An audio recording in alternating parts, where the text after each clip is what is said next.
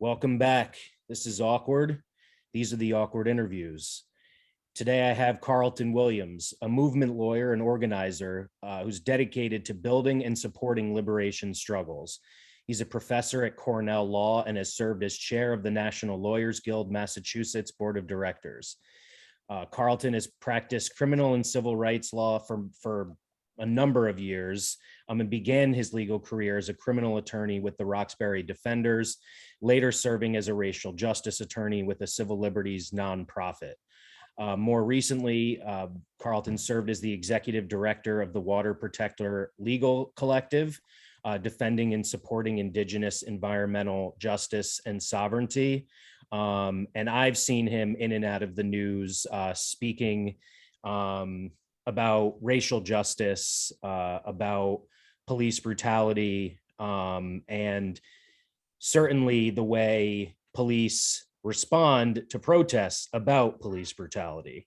I'm really glad to have Carlton here. He's someone who I sent our 10 demands for justice to when we were creating it, and I'm going to ask him a little bit about that, as well as his background and what changes he's seen over the years and what we can expect to see in his mind as it relates to the efforts for liberation. Carlton, thanks for having the few minutes to join me today and answering some questions. I appreciate it. And I appreciate you guys having me on. This is going to be fun.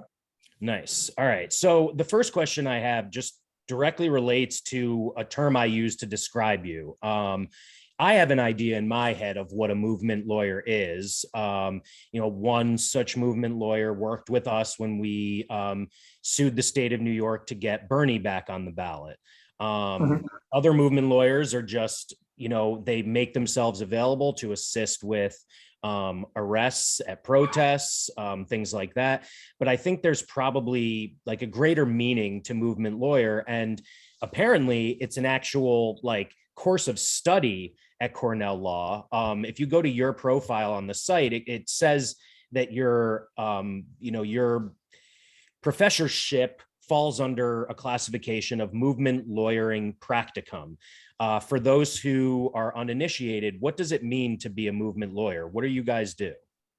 So I think said for non-lawyer folks out there, or for folks who might not, even lawyers and legal workers who might not be familiar with the idea, movement lawyering looks at the world. So there are lawyers who are left, right? There are lawyers who work for liberation things, right? And we could name a bunch of nonprofits, a bunch of organizations that do that work and do it really well, right? And they might be public defenders, they might work for nonprofits, they might work for poverty organizations to try to not get people evicted. Some set of those people, maybe a growing set, are people who would define themselves as movement lawyers, or we would look at them as doing what we call movement law. Movement lawyers look to social change, liberation work as that the gears, the mechanisms, the levers that really make those things happen are people in the streets, are directly affected, people who are organizing to win liberation, sovereignty, freedom, justice for themselves and their communities. Other ways of looking at the law are like, maybe I'm just going to go out and represent a person who's getting evicted, right? And that's good work to do, right? To say that person across the street from me is getting evicted from their home. I am going to get funding from someone or do it, for free or somehow, and sue the landlord, make it so that person can stay in their house. I would say that that's a different thing. I'm not saying that that's a bad thing, but that's not exactly movement lawyering. But if I work with let's say here locally in Boston, I'm in Boston right now, and I work with City Life Vita Urbana. So it's a movement organization that organizes people who are likely to be evicted, who are getting foreclosed on in their homes, and organizes people, tenants and homeowners in the community to fight back in a political way. Okay. A lawyer might come in and say, I'm going to support these people. I'm going to work with them. I'm going to follow their lead because they know what's going on. So it's a very different way of looking at the law, not leading, but following and understanding that social change comes from Black people, from Indigenous people, from poor people, from LGBTQ folks organizing their communities and fighting like hell to be free. Okay, great answer. And I think in a way, Your description of what you do, and how I described what you do, and the description of a movement lawyer, you kind of do both things. When you talk about building liberation struggles, I think that's when you're walking alongside these groups and those who are directly impacted, whereas supporting might be more of being there after the fact when support, or when legal advice or professional services are required. And like you said, both really important work. And I'm curious what you think, like as a Black man, do you think it makes it, do you think it's easier for you and or easier for those who are directly impacted to work with you? So is it easier for you and easier for them, do you think? Or does something like the race or ethnicity or whatever of the lawyer not necessarily have an impact on the way the work is conducted? Very complicated, I think, answer. So I think it certainly, I look at the world through a critical legal lens. So there are very few things you can tell me, if you ask me about the toll plazas that they're about to rebuild in Boston, like, does race affect that? I'd be like, yeah, race definitely affects that, because suburbs are created from this. But that's so how yes, the answer is yes. And I think that, when I go to a community meeting, that's a very different, conversation. It's a very different interaction I have with people. When I do a lot of public defender work. I have always done public defender work. And when I meet a client, there's different reactions, right? In different ways. Like I think people can imagine, sometimes it's a much quicker type of empathy, solidarity that can happen. Sometimes, I've had people say like, oh, you're a lawyer, or you're the lawyer. When I go in the suburbs, they definitely think I'm the defendant, which is good sometimes. It's also clearly pretty racist. But your society.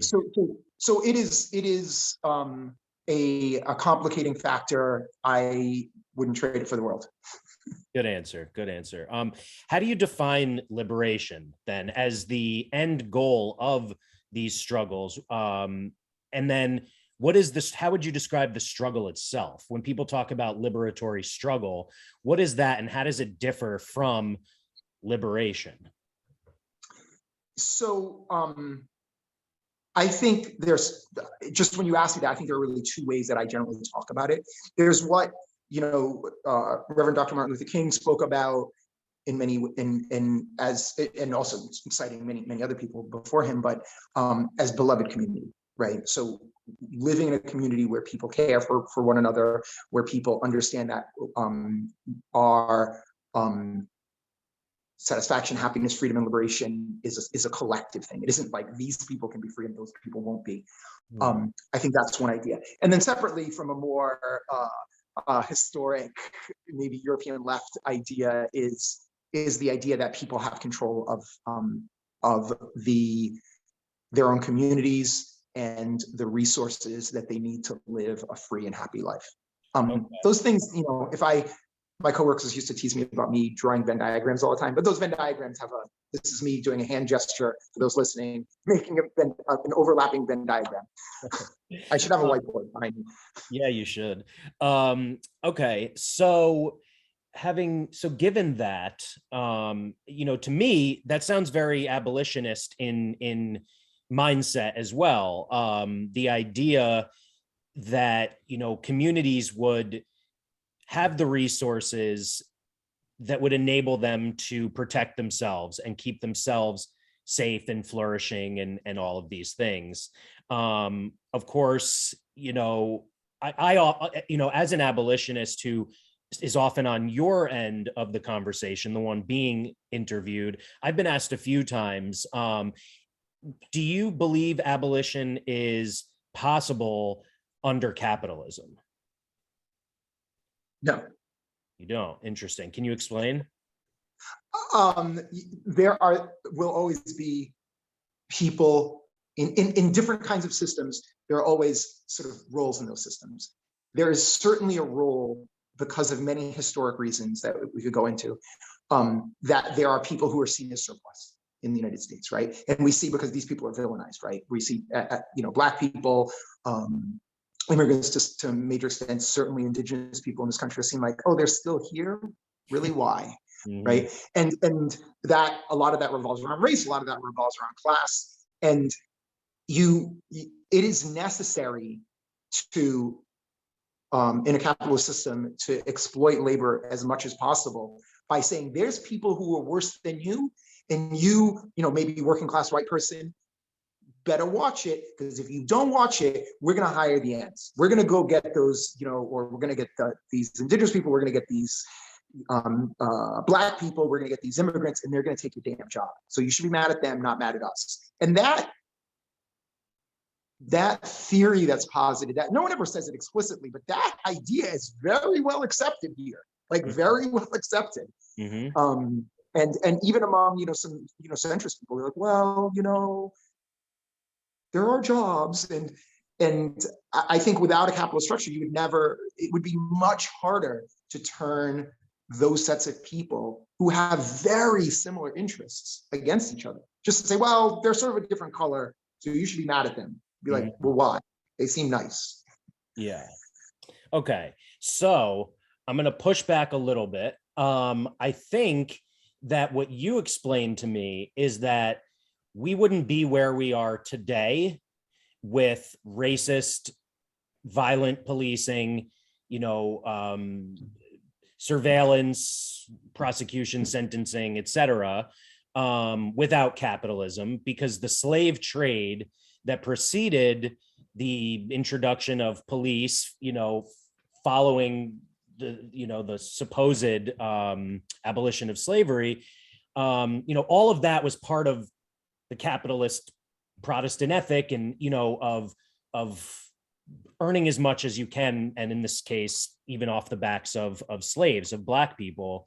But I don't know. So that answers to me why we're here. But would it, now that we're here, and now that we have entire, like 50% of this country has been fed generations of disinformation, exactly what you're saying, that the reason they're poor is because of immigrants and Blacks and Jews conspiring against them, and you have to vote for people who are going to save your jobs.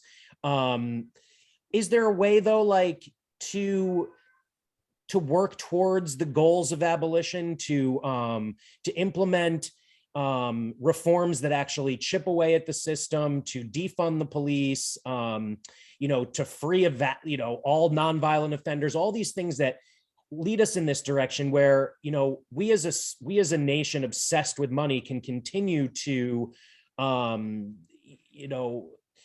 be capitalist and take advantage of the poor and workers, but do it without prison labor, or do it without corporations profiting from phone calls in jails and things like that?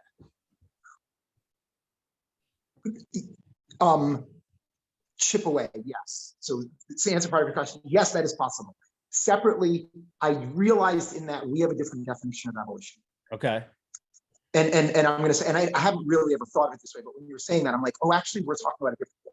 So when I talk about abolition, and maybe we might come to some synthesis on this, I'm talking about abolishing the police state, the carceral state, the state that steals children from indigenous families, the state that decides they can make decisions on where your kid should have to go to school, here or here, based on property taxes, but all of those structures. And I think when I talk about abolition, I think we are, in some cases literally, in some cases more ideologically, we are the great grandchildren of our foremothers that ran the Underground Railroad, that said we're thinking of our children not going to a fancy school or having a cool job or doing a podcast. Yeah. We're thinking of our children being free, right?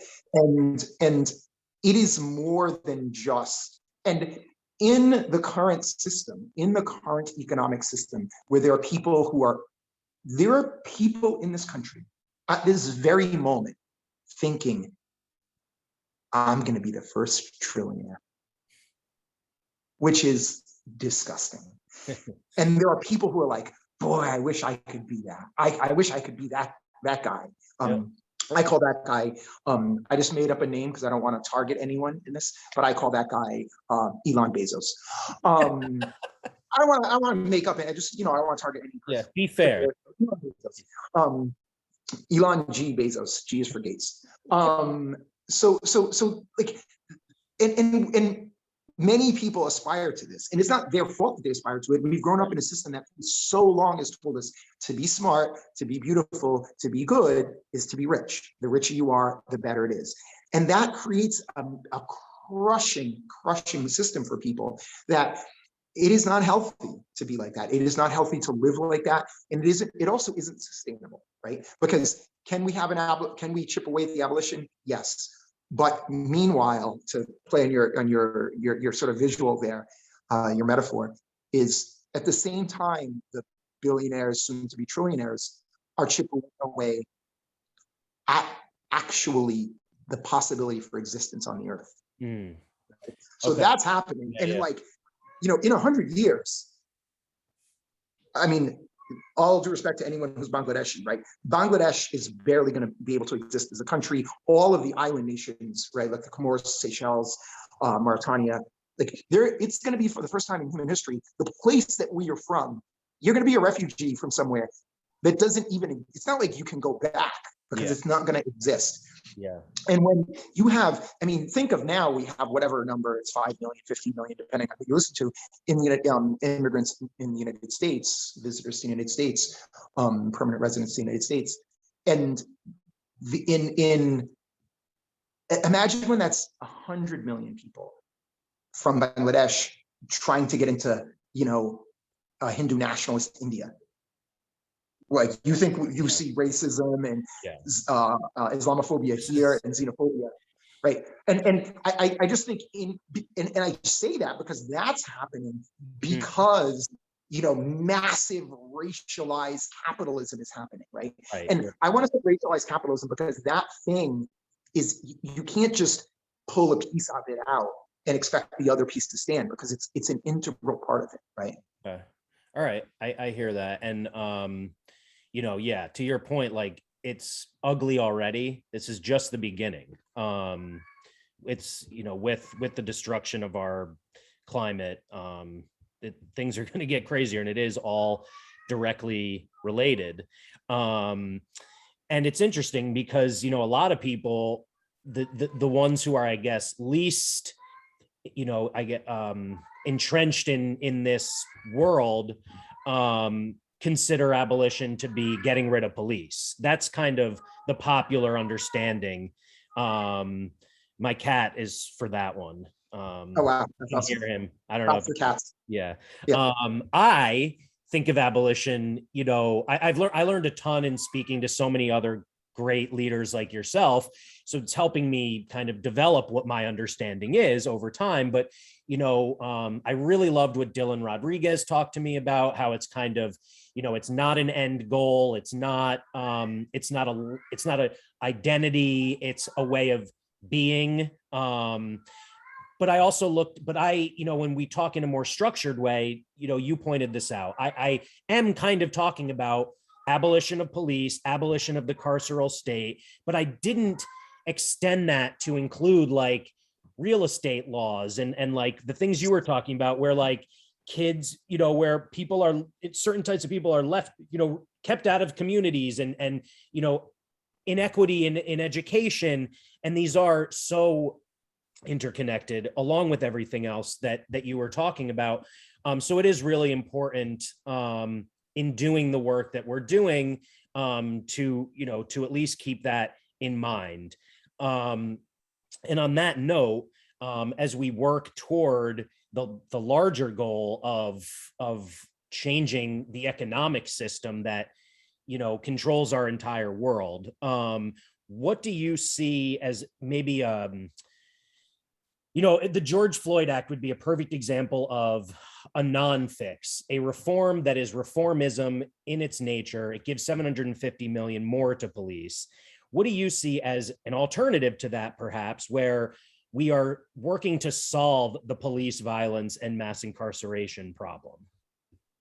Right, and I think the incredibly accepted across the United States, although the Democratic Party, like Cory Booker was just saying things about this, about like, oh, the reason people are saying abolition and so upset about it, Obama's so upset about the word, but not abolition, but just even defund, right, which is a lesser word, right? But I mean, you could ask 100,000. I saw some people at a Blue Lives Matter rally in the bluest part of Boston. It's like West Roxbury. Like anyone who knows Boston, like West Roxbury is like, that's where all the cops, the firefighters and EMTs live. It's a bit of a stereotype, but it's, there's some fact behind that. And one of the back the blue rally people said he had a sign. It was like, not all cops are bad.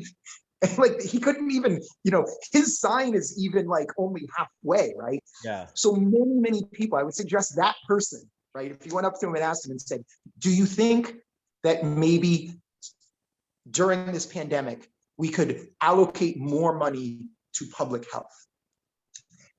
That's a pretty hard question to say no to. Mm-hmm. So at any time. Right now, it is even harder.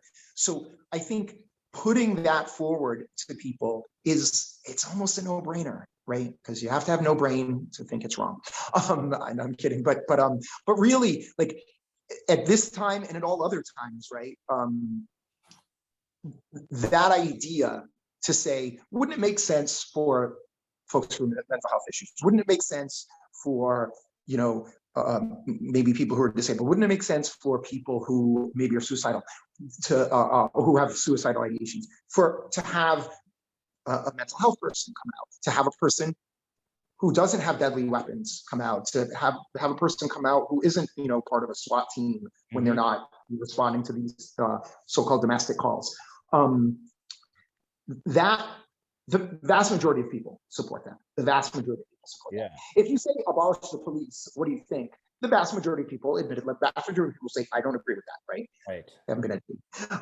But I think that it isn't like we're trying to trick people, but saying like, how about we ease back a little bit? And in Boston, the Boston Police Department gets about actually now, if you count other things like pension and stuff like that, over $500 billion with a B, dollars per year. $500 billion per year. Imagine if you took, I'm not suggesting this, but 1% of it, 1% a year, 5 million, right? That's right. 5 million a year. You could build, a nice small school every year, every single year. Every single year you could build a nice small school, right? Imagine you took 10%. You could build a lot of schools. So all of the things that we think about our infrastructure is crumbling, we can't afford these things, we can't afford transportation, we can't afford, we have a T system and people like, the T lost, this amount of money per year. And I'm like, the vast majority of working people in this city are transported by the subway system. I'm like, I'm fine with the T to lose money. It's okay with me if I can get on a train for these 85 cents, but I'm an oldie. But I'm fine with that if it makes people be able to get to work really efficiently, if you don't have to deal with traffic, if it is, it is a clean, safe system. And I think those are ideas that people generally across the board accept. And that's a thing that wasn't even talked about, 3 years ago. It wasn't talked about at large 3 years ago. And I'll tell you, the Democrats are scared as crap about it because the new post Bill Clinton, the new, by European standards, the Democratic Party in the United States is like center right. Yeah. And they can't accept it. They really can't accept it. They're terrified because for so long, at least since the Clinton presidency, they've been like, we can be tough on crime too. Exactly. We can be just as tough on crime. Exactly. And it's hard for them to roll that back. And you see that with Biden, you see that with Clinton, and you see that with other Clinton, and you see it with Obama. Yep, 100%. And I was going to actually ask you about terminology and branding. You brought it up yourself. This is the constant argument that I'm hearing. Well, from people who even say, I agree with you, but it's a terrible tagline. It's a terrible hashtag. Like, stop saying it. And that's exactly why we should keep saying it. Because when we make cultural change, people freak. Right? Yeah. I can't accept it. It's like, well, you're going to have to. I said something. I literally have them in the other room. I could go find them. I should have prepped it, but I didn't know we were going to come here. I made these stickers on little, I'm not going to give an ad to the company, but that label company that makes the labels. I had these really little, they were for return labels. And I had a bunch of them. I was like, I don't use return labels ever. So I put them in someone's laser printer because I didn't have a laser printer at the time. And it said, Palestine, now you say it. Because I made those in 2000 or 2001. And literally someone got in an argument with me because I said the word Palestine, just because I said Palestine. And they were like, whoa, you mean Israel? And I was like, actually, I was talking about Palestine, but like, you don't have to correct me, right? And but that now, if you're on the news or something, you can say the word Palestine. Sometimes the newspaper prints the word Palestine, very rarely, but sometimes they'll print it. And it's become more socially acceptable because the argument has advanced. It hasn't advanced a lot, and Israel is still murdering people and killing children in Palestine. But and the occupation still exists, and the United States is still supporting that as a proxy. But it has evolved. Exactly. Yes. 3 years ago, if you said abolition, people wouldn't know what you meant. Now they'll know what you mean and they'll be mad. Exactly. 3 years ago, if you said defund, most people wouldn't agree with you. I have a twin brother. I suggest twin brothers to everyone. If you have a chance, get one. It's very useful in your life and many things. You're like, oh, it's good on you. I should get one. So my twin brother was on a conference call recently, and I think there was a fairly famous person on the conference call. And that person said, like, oh, what do you mean about defund? Like, what does that mean? What does that mean? Like, I don't understand what it means. And they said, well, it means this. And the person, like, very briefly, so another person on the call said, it means this. And they were like, oh, I agree with that. And it really took, like, honestly, 5 sentences to convince that person. Right. And so it's good. That's the work that I feel like I'm doing. And I'm clearly by no means the only one, but the work that I'm doing, I see as that, putting it into perspective, making people understand what it actually means, and demonstrating why what we're doing isn't, it doesn't have to be. It was man-made or person-made. It was, and it worked. It's working exactly as intended, which is the problem, that the intention is only to benefit some and not the vast majority. And if I said, and just being able to say, I don't mean overnight, and it doesn't mean lawlessness, it actually means people are held more responsible, just in a different way, you do start to see, people buying in. And I'll just say, I'm glad to hear what you said, like, say it more. I'll keep saying abolition so that other people, the politicians, for instance, who are abolitionists, but know they'd never win running on it, can talk about it in the way that you did, where we say, what do you think about putting X% of this police budget into this every year? And then maybe, 5 years later, we increase the percentage. That is what defunding is. And maybe you just make me think of another thing. In some ways, you can say, if you want to be a politician, politicians out there, take out your notebooks because class is in session right now. You can say, you know what? Last year's budget was $500 million. We're not defunding you. We just write a new budget because we're the city council and that's what we do. We write the budgets. So last year's budget had that much in it. This year's budget's a new budget. The next year after that, we're not defunding you. You got all of last year's budget, right? We're going to write a new budget because it's a new time, it's a new day. The other thing that I think about this is there's this thing called the Overton window. Have you heard that term? Mm-hmm. So we have to. So the Overton window, for people who haven't heard the term, I think it's getting thrown around a lot now. Is like what. If you were CNN and you were interviewing me, and I could say, like, what things I could say that people would be like, oh yeah, I've heard of that. That makes sense. He's not a nut, right? It's what you can say in that window. Kind of on the right, that window is like wildly open because actually people on the right keep sending out these, ideas that are lunacy, And then people are like, oh, okay, that's vaguely acceptable. You know, maybe I don't agree, but it's something that we discuss. But the left is so afraid to say anything that, you know, if we say like, maybe cops shouldn't kill Black people. 5 years ago, people were like, "Oh, they're police. They're just doing their job," right? But now, because of the Black Lives Matter movement, because of the George Floyd protests, because of a lot of very young Black and brown people and allies standing up and listening to them and doing things in solidarity, that window is like opened up very dramatic, right? The fact that my aunt, shout out to my aunt, came to me and was like, well, defund, and was talking to me about like the idea of defunding police, right? I was like, the reason we're having this conversation is because a whole bunch of young Black and brown people in the streets of Boston and Dallas, Detroit, and Miami, and Portland, Maine, and Portland, Oregon, and, you know, San Juan, Puerto Rico, and Anchorage, Alaska, were like marching in the streets, you know, and fighting like hell for liberation. And now that is a commonly acceptable term. But people will be grumpy about it. But it's on their lips. That's a good point. They're talking about whether it's a good idea or not. Yes, that's a good point. And I'm such a pessimist, or like look at the bad side of everything. My mom tried to fix that in me, but didn't succeed. So I'm going to point out the fact that after the longest period of sustained protest in our nation's history, police funding increased in 2021.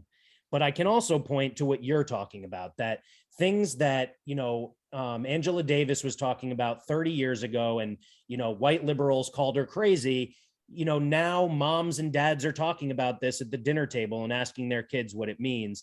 You know, that's significant. The Breathe Act even being developed by Movement for Black Lives, like as an alternative to the George Floyd Act, like, yeah, to your point, like we should be celebrating the positives, and there has been, you know, significant headway. And, you know, at the end of the day, it doesn't matter if there's headway in the winds of talk. It matters if there's headway on the streets and in the cities. And there are over 20 cities that defunded, you know, millions of dollars in 2021. So while the total amount was higher, there's major progress in dozens of cities. So we at 10 Demands, I mentioned early in the introduction, I sent that to you when we were creating them to see if you had any feedback for us. And I think, if I remember correctly, you didn't co-sign at the time, I think because we weren't radical enough, which is interesting given all that we've been talking about, that for the vast majority of people, I'm way too radical. Rarely am I called not radical enough. I could be totally mistaken, but if that's the case, what are we missing? I think so. One of them, I don't have it right in front of me right now because I'm on my phone because it has better video. One of them, I think that 7 or 8 is community oversight and community oversight boards. So I get very concerned about that, because to me, when organizations like the ACLU or the NAACP or local organizations that are more centrist say, well, we should build this, you know, community review board, we should have this, unconscious bias training. I'm like, okay, so many millions of people in the United States and across the world are saying defund the police. You're saying we should have more trainings. More trainings means someone has to develop a PowerPoint. Someone has to come in and do a training. Someone has to pay people for overtime. They have to be in a room and they have to have materials. That, to me, in everything that I know in academia and in police and budgeting and for-profit corporations, is a budget. You need a budget for that, right? If you need a budget for it, it means you're funding something. It is exactly the opposite that is on every placard that I see at every rally. So if someone says we should, and this is just me as a movement lawyer listening to the movement is saying defund the police, abolish the police. If you say something that creates another structure that is police or quasi-police, the street organized people are saying don't do that. Right? It's kind of like in the prison abolition thing, like someone says that prison's really bad, we should build this other new, really fancy prison, but it's nicer. And I'm like, no. I actually have a big argument about some people are here. There's a battle in Massachusetts about like closing some certain ICE facilities, where some people are saying like, don't close it because then people will have to, immigrant families will have to drive really far. Well, sometimes non-immigrant, maybe there are immigrants and non-immigrants. So I don't mean to judge that. If you're an immigrant detainees, your families are all immigrants. But family members of immigrant detainees will have to drive further. Yeah. Like, yes, but if they have less detention facilities, they will eventually detain less people, yes. right? Or maybe it'll be a little bit more required. But having less detention facilities is just, in the aggregate, a better thing. And I completely understand in the short run, like right now, if I had a switch and there was an oversight board on a lot of the things that the Boston Police Department, the New York Police Department, Chicago, Detroit, certainly Baltimore, and many, many, many other places, if not all of them, every major city in this country and a lot of the small ones, would having a really conscious person who's doing oversight and with a team of people with subpoena power, is that really powerful? Yes. In the long run, is that just giving more funding to the police state and the quasi-police state? Okay. It absolutely is. Okay, so let's both separately take a look at that again, and let's see if we're certain that's what it's saying. Because if you're right, that's a problem. It is not something that we support. And also, without looking at it, what I recall is that, or I can say that what we envisioned and continue to envision is a completely autonomous, like third party outside of the police review board. So I'm still not sure if funding would be necessary or not, but I definitely we would not be in favor of a board like the ones that, exist in New York City already today, that falls under the auspices of the police and just lets everyone go. Right. So I think there's a really good, I don't have the URL in my mind right now, but Northeastern University, actually a number of years ago, but it's still very on point. They did a survey of all the types of different review boards that exist and ones that have been suggested. So I think they categorized them into like 6 major types. So I can certainly find that, or you'll be able to find it also. That's a really good model. The one other piece I'll say, and I think this is it's a great way to sort of, back and forth is those people have to get picked somehow. Do they? And, right, like I'll say this. So those people have to get, but where do they come from? Or is it just a community like yeah, BLM the way I envisioned it is that like people in the community who are most directly impacted by over policing would be the ones who would want to volunteer to make sure this stops, and would be the most appropriate as experts on what they're doing. Now you're an anarchist and you're talking about a General Assembly. I mean, so totally. Yeah, that's a different thing. So actually, if that's really what it is, really, to me, I'm fine with you saying that that's the thing that you said. And if that is the case, I much more agree with that, because that to me sounds just like community organized, right? Yes. And that the only problem is like, so a lot of times people, one of the things that I agree with, if that body exists, it should have subpoena power. It would be weird if there were like a whole bunch of volunteers that I get what you're saying. It's like giving them certain official powers. How would we manage that? Yeah, it's hard. Right? But I think those are things. The thing that I think is, I was just going to say this on the thing that you said about the pessimism, and I just spoke to one of my students. Shout out to Brian. He said a question. He looked at it, and I said, but you have to look at the struggle. Let's just say for Black folks in this country, the struggles that mostly led by Black women over the past, existence of this country and existence of even the colonization of this country, before it was, before it became independent, or of these lands before this country became independent. You could pick a year and give me like an hour, and I can tell you some amazing advancement in that year. We could probably do it by a month. You could give me a month in a year, and I can do a little bit of research and find some amazing advancement that Black women led for more liberation, right? And I would say, to be in a little bit of argument about it, not to be in a competition about it, but like, it is one of the struggles for liberation, ongoing struggles for centuries, that anyone anywhere in the world that is looking to free themselves from forms of oppression will look to the Black struggle for liberation in this country and understand the amazing advancements. If we took a time machine and, as some terrible comedian said, like, Black people really can't fuck with time machines.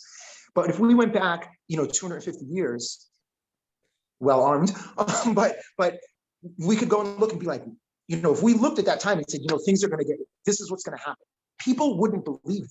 If they're like, the idea of chattel slavery was so entrenched in this country, right? But that was overcome.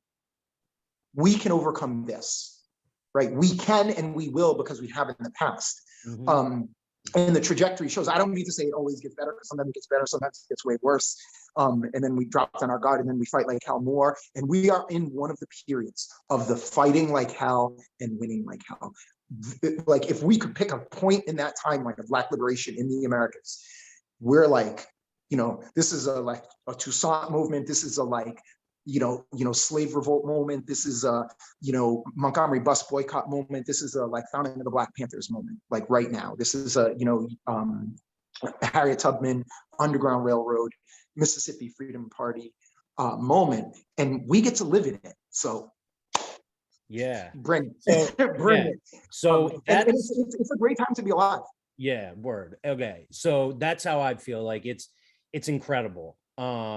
It's also scary, because that is the exact reason that we're seeing more propaganda than ever. And we're seeing all this misreporting about huge crime waves. While meanwhile, crime is down. Cops are being exposed left and right for being oath keepers and Proud Boys. And the number one killer of cops is not people like us shooting at them. It's refusing to wear a mask or get the vaccine. And just today, a new University of Washington study came out, which, I always felt this way every time I list police killings, whether it's 3 per day or however many per year. I always say at least, or I add a plus sign. And I was right. Police killings have been undercounted by more than half over the past 4 decades. I just saw this in the report. Yeah. I was not surprised and also blown away. So, what are we doing that's working to counteract this, and what are we doing that isn't? What could we be doing that we aren't? I'm going to get touchy-feely a little bit for a moment here and say there's one thing that you, me, everyone listening can do that will, in our organizing work, in our activism work, in our visioning what liberation means, is, I'm going to do it a little bit by analogy, but so my colleagues at Cornell that are in the engineering department, right? I don't know too many of them, but if they're going to build a bridge, right? Let's say they're going to have a whole bunch of students design a bridge that's going to be built in Ithaca, New York. If the students who are working on that project didn't believe a bridge could be built, they were like, this is impossible. But we have to do it for an assignment. Let's just do it. They would design a shitty bridge, right? If they didn't believe it was possible. They'd be like, well, it doesn't matter. You can load bearing weight. It doesn't matter. This isn't going to work. You wouldn't be able to do it very well, right? You'd be faking it. You'd be going through motions. I think we on the left sometimes we're like, oh, it's so bad. Everything that Snowden said and all the police killings, and it's so bad. And they're getting weapons and they have tanks, and police departments have bazookas now, and they're going through the streets and they have chemical weapons and they're all listening to our phones, right? Yeah. And we go, we can't do anything. And you're like, someone said organized people will always beat organized money. It's like all they can do is use violence. All they can do is use violence and try to buy people off. We are right. We have people's hearts and we have people's minds and we have people who care. And essentially, human beings are good, right? It's why we fight for freedom. It's if I didn't believe that, I'd be like, well, fuck it. It doesn't matter. We all suck and let us go extinct. But I don't believe that, right? And so in that, we've won victories before, right? Over in what seemed to be at the time insurmountable odds. And we will again. That is certainly the case. And if we believe that we can do it, That is not all the time. We don't always have to believe it, because sometimes you get depressed, sometimes you feel down, sometimes you're like, well, we're screwed. But if in general, we believe that liberation is possible and that we can work together to achieve that, we can win. And also, I'll just say about winning, we don't win the day that everyone is free and we're living in this perfect, beloved community. We, in many ways, this is also ideological, we win the day we start fighting, right? Because it is a different battle then. And there's this amazing story that Frederick Douglass tells in one of his autobiographies, because he's Frederick Douglass and he has a lot of autobiographies, but he tells this story that the day in his life that he felt the most free was a day that he was still enslaved. His, I don't use the word master because that is a pro-slavery term, but the slaver who enslaved him said, I want you to go to another place to work, because see, he was renting him out for the day, right? And Frederick Douglass is like, no, I don't want to. Actually, I don't want to. And he's like, well, I'm enslaved. You have to go. I'm telling you to go. And he's like, no, I'm not going to go. And then the slaver pushed him, and Frederick Douglass was like a very big person. So Frederick Douglass beat the crap out of the guy. And he says that day he decided, he's like, they can physically do things to my body, but they cannot take my mind. They cannot. So he's like, that's the day that I decided that I will not accept this anymore. And not that everyone has to physically fight or has the capacity to do that, or not that the physical violence is the solution or not the solution. But that day he just said, look, I am about this, in many ways about abolition. He actually later read that word and said he didn't understand what it meant, even though he read it and he knew the definition, because he couldn't fully comprehend it, which I think we are today. Sometimes we're like, I don't know what this fully means. Yeah. So we are Douglasian in that. But I think that day is the day that, this is me reading into it, but understanding that he said, I have the hope that my life will not be like this. And that, I don't think it's just the idea that manifested, it's the organizing and it's the fighting like hell and it's being brave in those things. But I think that is possible for us to do. I don't think that it is, I know that it is. Cool. So let's finish with this. My last interview, just before the one we're doing right now, was my first live version of my show. I interviewed the Occupy Wall Street organizers from New York City. And I know you were you were part of the legal defense for the Occupy movement in Boston, providing legal bail and court support, as well as training to organizers. Can you tell me more about that experience? Now it's the 10-year anniversary. That's why I was interviewing them recently. And just reflect on what we've learned in the past 10 years, how we've grown, how we might have regressed, and what lessons we might be able to take with us moving forward as we continue this fight. Yeah, I think there were certainly taints and there were certainly a lot of schisms of things happening, but I think the idea that these self-governing ideas, right, were incredibly powerful, and this is, hat tip to the late great David Graeber for really putting a lot of those ideas, the idea of the General Assembly. I think it was really amazing, people using the General Assembly idea, using consensus process. And then people are like, well, I was talking to this woman and she's like, well, I'm a Democrat, really.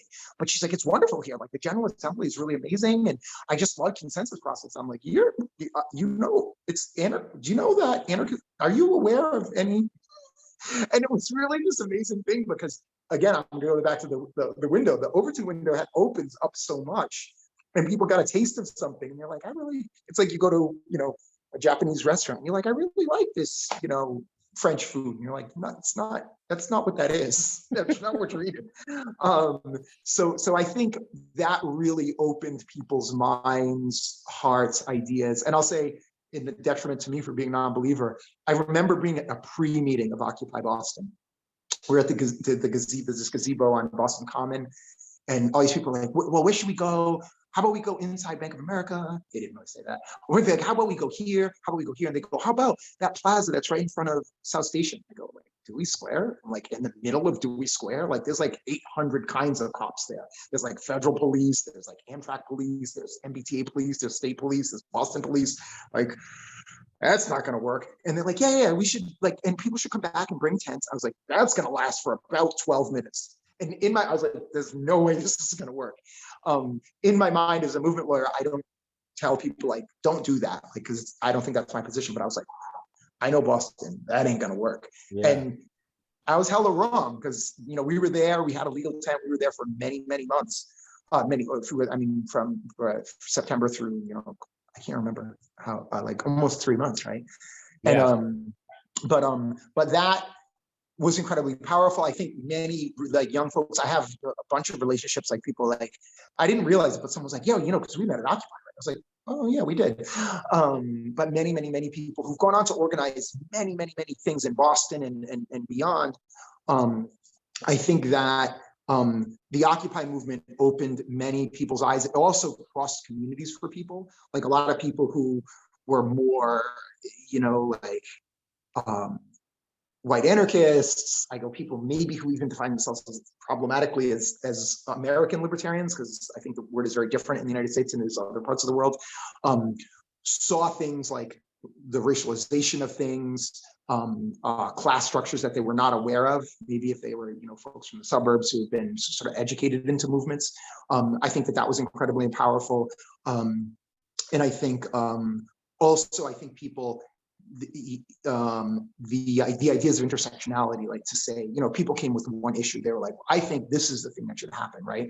And people are like, oh, wait, that's a fairly reasonable thing too.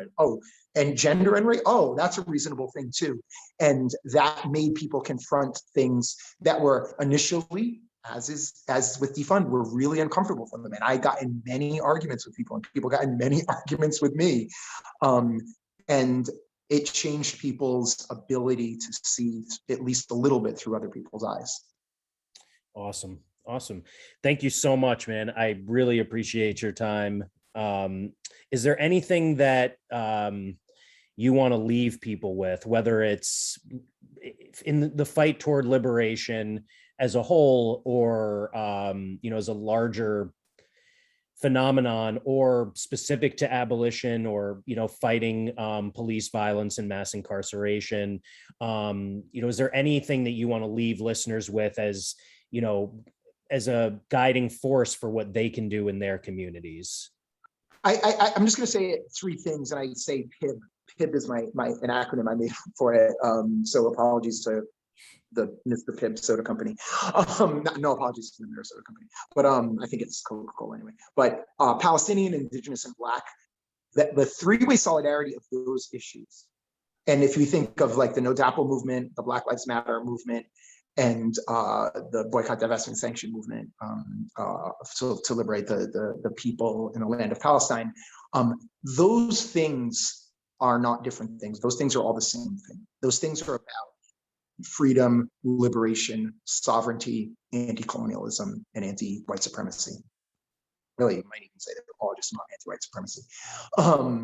And in your communities, there are people around you, near you, online near you, that you can connect with that are struggling in those spaces. I don't mean to say that those spaces are the most important, but those spaces connect to every struggle for liberation, for the liberation of women, for access to proper healthcare for women, for LGBTQ, trans, and two-spirit rights, for land sovereignty for Indigenous people, for Nick Estes, the really esteemed author, activist, organizer from Red Nation, and former professor at University of New Mexico, and Standing Rock Water Protector and Lakota activist, said that I can't remember, he gave a number, but currently the United States and Canada, the amount of fossil emissions that the United States and Canada are improving in double digits. It's a massive percentage of everything that's happening in the world.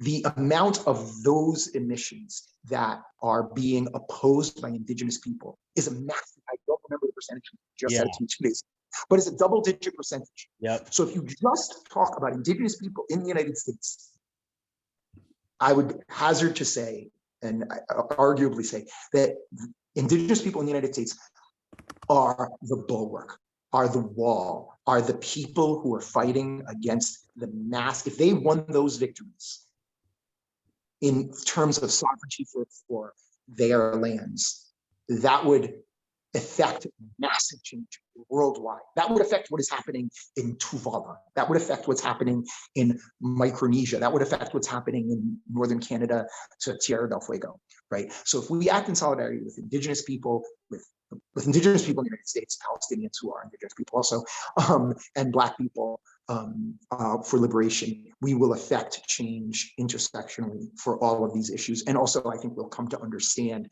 the pieces that we don't understand, because all of us, you and I included, there are pieces that we're like, oh, I don't really work on that, and maybe I don't exactly know how to move in that space, but we try and we learn from our comrades. Beautiful. Thank you so much. And just so people have the information, the Indigenous Environmental Network and Price of Oil did a study, and it showed that Indigenous resistance alone disrupts 3 billion tons of greenhouse gas emissions, or more than a quarter of all US Canadian emissions each year. Yeah, and the conversation I had with Nick is like, so it's a quarter of all Canadian and US emissions, right? So 25, like think of a quarter on that. But so that's, what is that of world emissions? That has to be a really substantial part of all of world emissions. Yeah. So that is, I mean, to me, that is stunning, right? Yeah. And get with it, get with that. If it's the only thing we ever do in our life is just get with Indigenous people struggling for their sovereignty and protection of land, water, and air, you put that on your tombstone. Don't have a tombstone, but put that on your tombstone. Hell yeah. All right, man. That's a great way to end. Thank you so much, Carlton. Thank you. We'll make this available for everyone, and stay in touch. Yeah. All right. We'll see you on the Twitters. Yes, sir. All right. Peace. Bye.